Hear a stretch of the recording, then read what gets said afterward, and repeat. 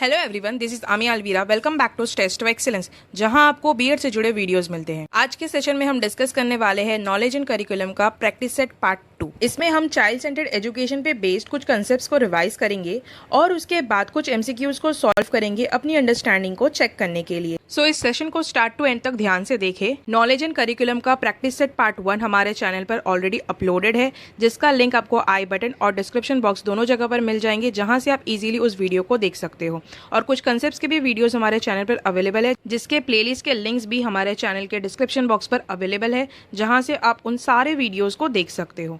अगर आपको हमारा आज का ये सेशन पसंद आता है तो मेक श्योर कि आप हमारी इस वीडियो को एंड में लाइक ज़रूर कीजिए, अपने फ्रेंड्स के साथ शेयर करें। अगर आप हमारे इस चैनल पर न्यू हो तो जल्दी से जाकर हमारे चैनल को सब्सक्राइब कर लीजिए। तो चलिए फिर सेशन को स्टार्ट करते हैं और डिस्कस करते हैं कुछ इंपॉर्टेंट कंसेप्ट जो कि बेस्ड है चाइल्ड सेंटर्ड एजुकेशन पर।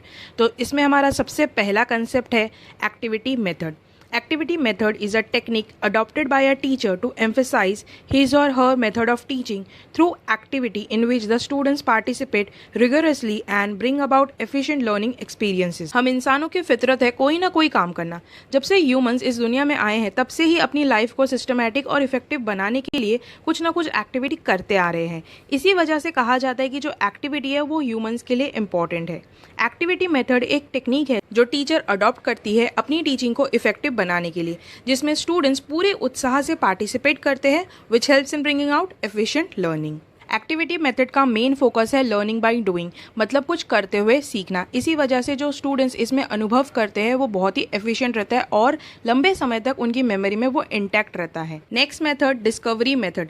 Discovery learning is a technique in inquiry based learning and is considered a constructivist based approach to education. Discovery word का मतलब है खोज। So discovery method of learning एक ऐसा टीचिंग टेक्निक है जिसमें बच्चे इंक्वायरी करते हुए सीखते हैं कंसेप्ट को। ये टेक्निक कंस्ट्रक्टिविस्ट अप्रोच पे बेस्ड है। John dewy propagated discovery learning which focused on active hands on learning experiences. John dewy ने सपोर्ट किया और प्रमोट किया क्योंकि इस टेक्निक में मेन फोकस है हैंड्स ऑन लर्निंग एक्सपीरियंसेस पर। क्योंकि इस टेक्निक में एक स्टूडेंट जो भी कंसेप्ट को सीखता है तो वो उसको इंक्वायरी करके पूरी तरीके से खोज कर सीखता है, वो रॉट लर्निंग नहीं करता है। इसी वजह से डिस्कवरी बेस्ड लर्निंग एक इफेक्टिव टीचिंग लर्निंग मेथड माना जाता है। नेक्स्ट मेथड है dialogue method. Dialogue method involves ongoing talk between teacher and students, not just teacher presentation.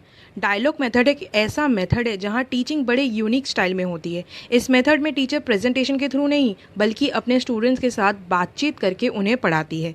According to Paulo, dialogue entails partnership between students and teachers where by they listen to each others perspectives and work on problems and build skills. इस method में Paulo के accordingly ये कहा जा रहा है कि एक ऐसा टीचिंग टेक्निक है जिसमें टीचर और स्टूडेंट्स एक दूसरे के साथ इंटरैक्ट करते हैं एक पार्टनर के जैसे और एक दूसरे के पर्सपेक्टिव्स को, धारणाओं को, प्रॉब्लम्स को सुनते हैं, समझते हैं और उसे सुलझाने की कोशिश करते हैं। इन सब टेक्निक्स को चाइल्ड सेंटर्ड टेक्निक्स इसलिए कंसिडर किया जाता है क्योंकि इन सब मेथड में as you can see students हर तरीके से अपने करिकुलम के साथ में डायरेक्टली इन्वॉल्व होते हैं और जो भी कंसेप्ट्स उनको स्कूल में पढ़ाया जाता है उसमें स्टूडेंट्स का डायरेक्ट पार्टिसिपेशन होता है, इन्वॉल्वमेंट होता है, जिसकी वजह से वो हर एक कंसेप्ट को, हर एक टॉपिक को इफेक्टिवली समझते हैं और सीखते हैं। ये था एक छोटा सा रिवीजन कंसेप्ट के ऊपर बेस्ड। अब हम आगे बढ़ते हैं और डिस्कस करते हैं कुछ एमसीक्यूज को अपनी अंडरस्टैंडिंग को चेक करने के लिए कि हमको क्या समझ आया है। तो इसमें हमारा सबसे पहला क्वेश्चन है the well known adage I hear I forget, I see I remember, I do I understand hold true for. मतलब ये जो कहावत है, मैं सुनता हूँ मैं भूल जाता हूँ, मैं देखता हूँ तो मुझे याद रहता है, मैं करता हूँ तो मुझको समझ में आता है। तो ये कहावत कौन से टाइप ऑफ एजुकेशन के लिए सच और सही साबित होता है? तो हमारे ऑप्शंस हैं ए डिस्कवरी बेस्ड एजुकेशन, खोज करते हुए सीखना, बी चाइल्ड सेंटर्ड एजुकेशन, एक ऐसा एजुकेशनल सिस्टम जहां पर बच्चे जो होते हैं वो मेन फोकस होते हैं, उनके पर्सपेक्टिव से पढ़ाया जाता है, करिकुलम उनके पर्सपेक्टिव से बनाया जाता है। सी एक्टिविटी बेस्ड एजुकेशन, एक ऐसा एजुकेशन सिस्टम जहां पर बच्चे कुछ ना कुछ करते हुए, एक्टिविटी करते हुए सीखते हैं। And D teacher centred education, जो टीचर के पर्सपेक्टिव से बच्चों को पढ़ाया जाता है। तो यहाँ पर हमारा करेक्ट आंसर है option C activity based education, because यहाँ पर क्वेश्चन में आपको क्या दिया गया है, आई हियर आई फॉरगेट, मैं अगर सुनता हूँ तो मैं भूल जाता हूँ, आई सी आई रिमेंबर, अगर मैं देखता हूँ तो मुझे याद आता है, and most important thing I do I understand, मैं अगर करता हूँ तो मुझको समझ आता है। एक्टिविटी बेस्ड लर्निंग और एजुकेशन का मेन फोकस यही है कि बच्चों को कुछ करते हुए सिखाना। इसी वजह से इस क्वेश्चन का करेक्ट आंसर है option C, activity based education. Next question, who propose the craft centred curriculum where a craft based activity would be the pivot of all learning. किसने क्राफ्ट सेंटर्ड करिकुलम को propose किया, that means introduce किया, क्योंकि craft based activity क्या है, learning के लिए important माना जाता है। इसके वजह से क्राफ्ट सेंटर्ड करिकुलम एक ऐसा kind of activity based learning है जिसमें बच्चे क्रिएटिव एक्टिविटीज़ को करते हुए कुछ ना कुछ कंसेप्ट्स को सीखते हैं। तो इसको किसने प्रपोज किया, दैट मीन्स इंट्रोड्यूस किया। तो इसमें हमारे ऑप्शंस है A John Locke, B John Dewey, C Mahatma Gandhi and D Swami Vivekananda. तो इसका करेक्ट आंसर है option C, Mahatma Gandhi, because Mahatma Gandhi के अनुसार बच्चों को हम बेस्ट तरीके से सिखा सकते हैं जब हम उनको क्रिएटिव एक्टिविटीज़ में इंडल्ज करें, जहाँ पर वो खेलते हुए सारी चीज़ों को सीखे। इसके वजह से उन्होंने एजुकेशन सिस्टम में क्राफ्ट सेंटर्ड करिकुलम को इंट्रोड्यूस किया था। चलिए आगे देखते हैं नेक्स्ट क्वेश्चन को। Dash is a beautiful blend of craft, art, health and education and covers the whole education of the individual from the time of conception to the moment of death. कौन सा concept है जिसको एक complete और beautiful blend माना जाता है, तालमेल माना जाता है चार एलिमेंट्स का, that is craft, art, health and education. क्योंकि इसको कहा जाता है कि ये पूरा जो एजुकेशन का कंसेप्ट है एक इंडिविजुअल का, उसको कवर करता है, उसके कंसेप्शन के टाइम से लेकर उसके मृत्यु तक, मतलब उसके जन्म के टाइम से लेकर उसके मृत्यु तक। तो इस कंसेप्ट को क्या कहा जाता है? हमारे ऑप्शंस है A Nai Talim, B new education policy, C Wardha educational plan and D education. जैसे कि आप सब जानते हो कि जो गांधी जी है उन्होंने क्राफ्ट सेंटर करिकुलम को प्रमोट किया था, फेवर किया था। तो उन्होंने इस थॉट प्रोसेस पे बेस्ड एक ऐसा इनोवेटिव एजुकेशनल सिस्टम को इंट्रोड्यूस किया जिसे हम नई तालीम कहते हैं। सो यहाँ पर हमारा करेक्ट आंसर है ऑप्शन ए, नई तालीम, जिसको बेसिक एजुकेशन भी कहा जाता है। नई तालीम एक ऐसा एजुकेशन सिस्टम है जिसमें इन चारों elements, that is craft, art, health and education, एक कंप्लीट और ब्यूटीफुल ब्लेंड आउट होता है। दैट मीन्स अच्छा तालमेल होता है जिसकी मदद से इसमें स्टूडेंट्स का ओवरऑल डेवलपमेंट होता है, हर एक एस्पेक्ट से उनकी ह्यूमन पर्सनैलिटी का कंप्लीट डेवलपमेंट होता है। नेक्स्ट क्वेश्चन है, dash was one of the most influential educational thinkers of the 19th century who propagated discovery based learning. ऐसा कौन सा व्यक्ति है जिन्होंने डिस्कवरी बेस्ड लर्निंग को प्रमोट किया था, प्रपोज किया था 19th सेंचुरी में, जिसको एक इन्फ्लुएंशियल एजुकेशन थिंकर भी माना जाता है? तो इसके लिए हमारे ऑप्शंस है सामने, A Mahatma Gandhi, B Rabindranath Tagore, C John Dewey and D Kilpatrick. यहाँ पर हमारा करेक्ट आंसर है option C, John Dewey, because option A Mahatma Gandhi ने तो नई तालीम और क्राफ्ट सेंटर एजुकेशन को इंट्रोड्यूस किया था, और रही बात रविंद्रनाथ टैगोर और किलपैट्रिक की, तो इन दोनों से जुड़े जो कंसेप्ट्स है उसके बारे में मैं अभी आपको इन्फॉर्मेशन नहीं दूंगी, क्योंकि आगे आने वाले जो क्वेश्चंस है उसमें आपको इनसे रिलेटेड क्वेश्चंस देखने को मिलेंगे।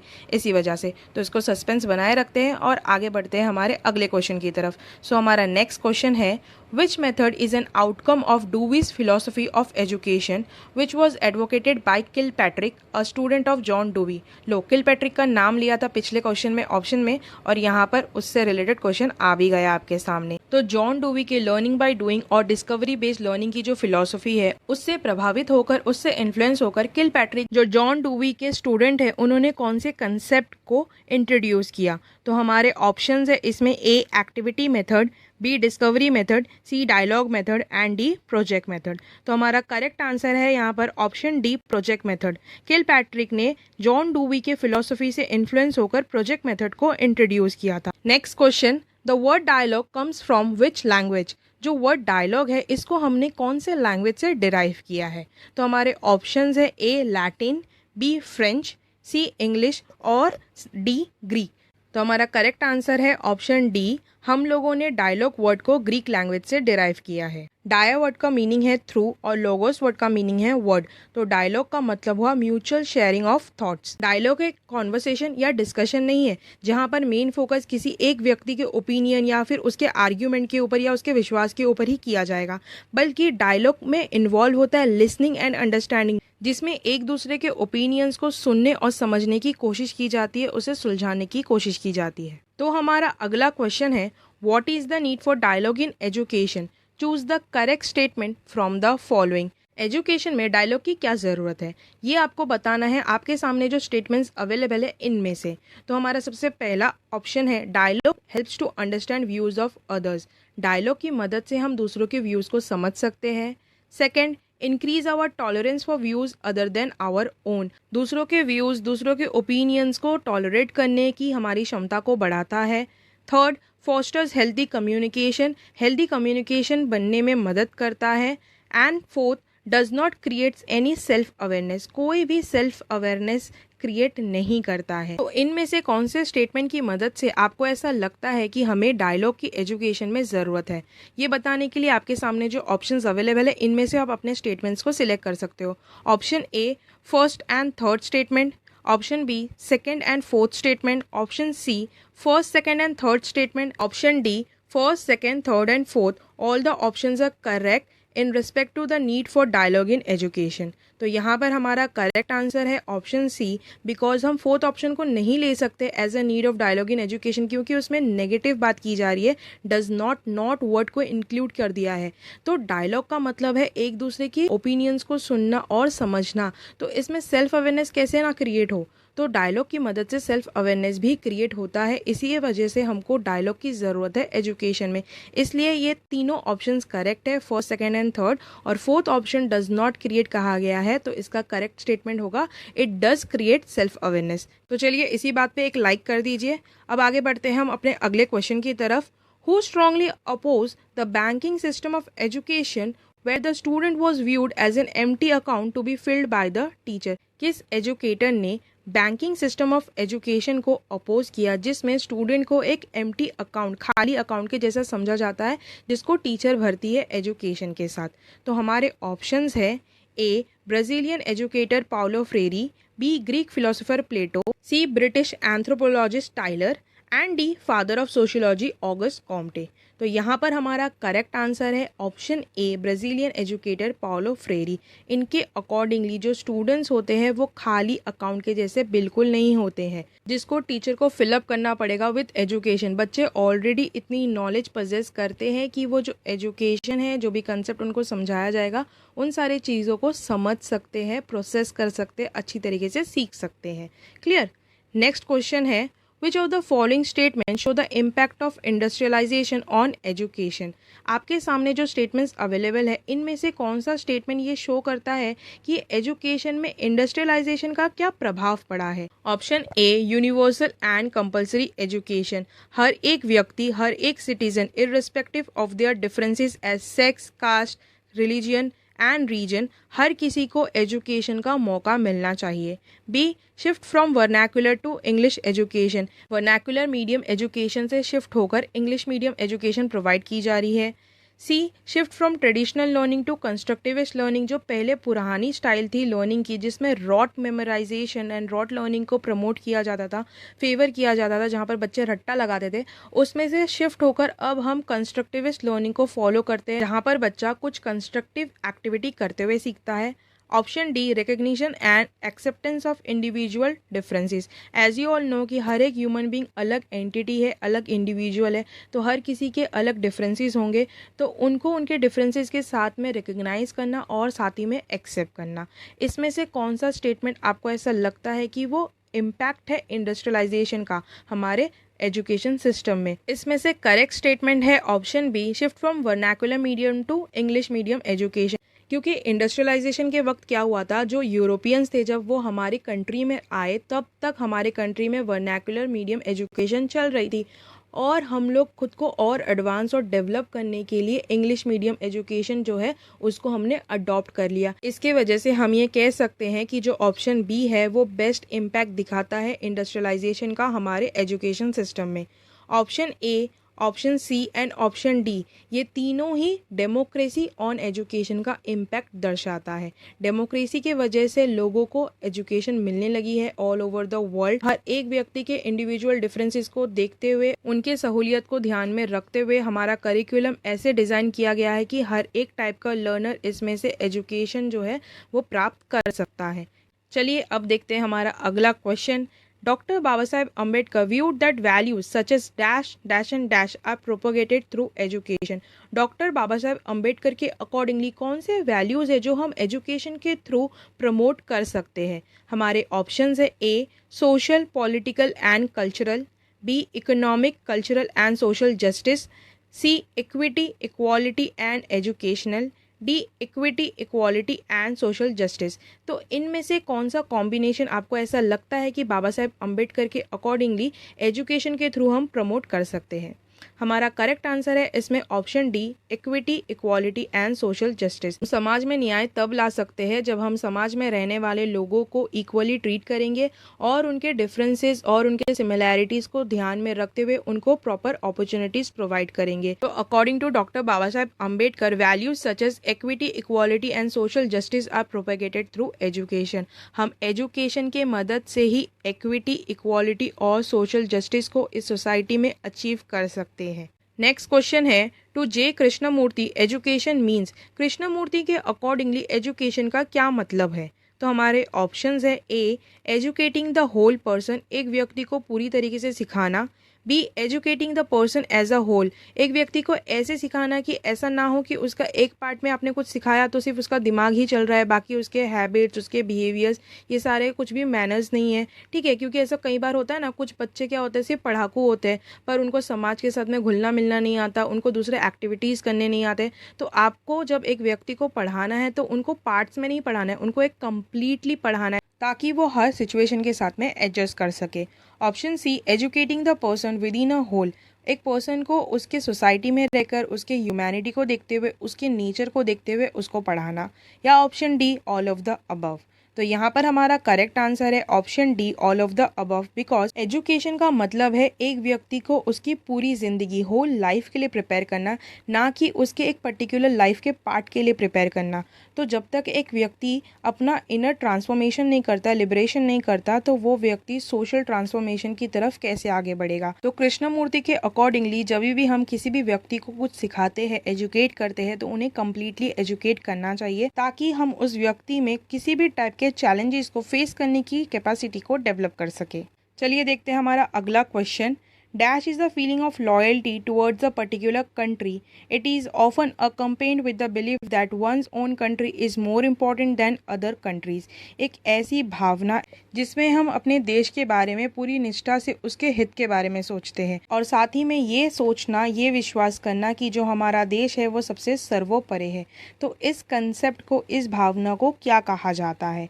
हमारे ऑप्शंस है ए सेक्युलरिज्म, धर्म के आधार पर भेदभाव करना, बी नेशनलिज्म, देशभक्ति की भावना, सी इंपीरियलिज्म, साम्राज्यवाद जिसको हम कहते हैं, वो सिस्टम जहां अमीर और पावरफुल कंट्री गरीब देश के ऊपर राज करती है। यूनिवर्सलिज्म एक ऐसी भावना है जिसमें दुनिया के हर एक व्यक्ति की भलाई के बारे में सोचता है दूसरा व्यक्ति, चाहे वो किसी भी धर्म का हो, चाहे वो किसी भी दूसरे जाति का हो या किसी भी दूसरे देश या अन्य शहरों का हो, बिना किसी भेदभाव के उनके भलाई के बारे में सोचता है। तो यहाँ पर हमारा करेक्ट आंसर है ऑप्शन बी नेशनलिज्म, बिकॉज यहाँ पर एक व्यक्ति के पर्टिकुलर कंट्री के ऊपर फीलिंग की बात हो रही है, इसके वजह से इस चीज़ को हम देशभक्ति मतलब नेशनलिज्म कहेंगे। ठीक है, नेक्स्ट क्वेश्चन है the main principles of Rabindranath Tagore educational philosophy were. Rabindranath Tagore की जो एजुकेशनल फिलोसफी है उनके मेन प्रिंसिपल्स कौन से हैं? हमारे ऑप्शंस है ए फ्रीडम ऑफ द चाइल्ड, बच्चों की आज़ादी, be active communication of man and nature, एक व्यक्ति का अपने नेचर के साथ में एक्टिवली कम्युनिकेशन करते रहना, इंटरैक्शन करते हुए रहना, C creative self expression and internationalism, खुद को दर्शाने का और एक्सप्रेस करने का जो तरीका है वो क्रिएटिव होना, and D all of the above, इनमें से सभी। तो इसमें हमारा करेक्ट आंसर है option D all of the above, because Rabindranath की जो एजुकेशनल फिलोसफीज़ है उनके मेन प्रिंसिपल्स इन तीनों टर्म्स को इंक्लूड करते हैं। इस वजह से हमारा क्वेश्चन नंबर 14 है which of the following is not an objective of MHRD। तो हमारे सामने जो पॉइंट्स यहाँ पर दिख रहे हैं इनमें से कौन सा MHRD का ऑब्जेक्टिव नहीं है ये आपको बताना है। ठीक है, क्लियरली क्वेश्चन को पढ़ना कि नेगेटिव बोला है, पॉजिटिव बोला है, फिर उसी के बेसिस में आंसर करना। Option A, formulating the national policy on education and to ensure that it is implemented. सबसे पहला तो जो नेशनल पॉलिसी ऑन एजुकेशन है उसको फॉर्मुलेट करना और ये ध्यान देना कि वो इम्प्लीमेंट किया जा रहा है या नहीं।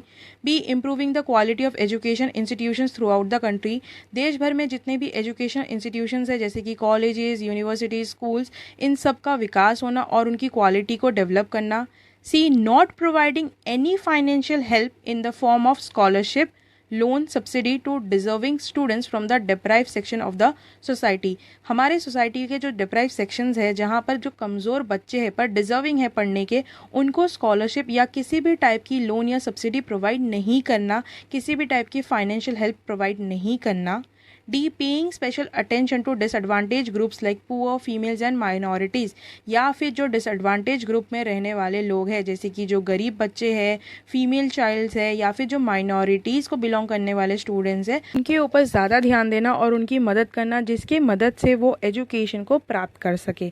तो इसमें से कौन सा स्टेटमेंट आपको ऐसा लगता है कि MHRD का ऑब्जेक्टिव नहीं होगा? डेफिनेटली जब क्वेश्चन नेगेटिव है तो इसका आंसर भी नेगेटिव ही होगा, इसलिए यहाँ पर हमारा करेक्ट आंसर है option C, not providing any financial help in the form of scholarship, loan, subsidy to deserving students from the deprived sections of the society. That means ये MHRD का objective बिल्कुल भी नहीं है। बाकी सारे ऑप्शन से आप ये पता लगा ही सकते हो कि जो MHRD है इसका मेन ऑब्जेक्टिव ही है कि ये लोगों के हेल्प के लिए काम करता है, लोगों के हित के लिए काम करता है। तो डेफिनेटली MHRD का ऑब्जेक्टिव तो ये बिल्कुल ही नहीं होगा कि वो जो डिजर्विंग बच्चे हैं उनको वो स्कॉलरशिप या लोन या सब्सिडी किसी भी टाइप की हेल्प जो फाइनेंशियल लगेगी उनको वो नहीं प्रोवाइड करेगा। तो इसीलिए यहाँ पर हमारा करेक्ट आंसर है ऑप्शन सी। चलिए देखते हैं आज का हमारा last question. Dash was accorded the responsibility of developing a binding national curriculum framework through the national policy on education NPE 1986। किस बॉडी को नेशनल करिकुलम फ्रेमवर्क को तैयार करने का रिस्पॉन्सिबिलिटी मतलब जिम्मेदारी सौंपा गया नेशनल पॉलिसी ऑन एजुकेशन के द्वारा NPE 1986? अब ये क्वेश्चन तो इतना हार्ड है नहीं, तो चलिए आप सब इस क्वेश्चन को खुद से आंसर कीजिए। तो हमारे ऑप्शंस है A, central advisory board of education CABE, B, state councils of educational research and training SCERT, C, national councils of education research and training NCERT, D, ministry of human resource development MHRD।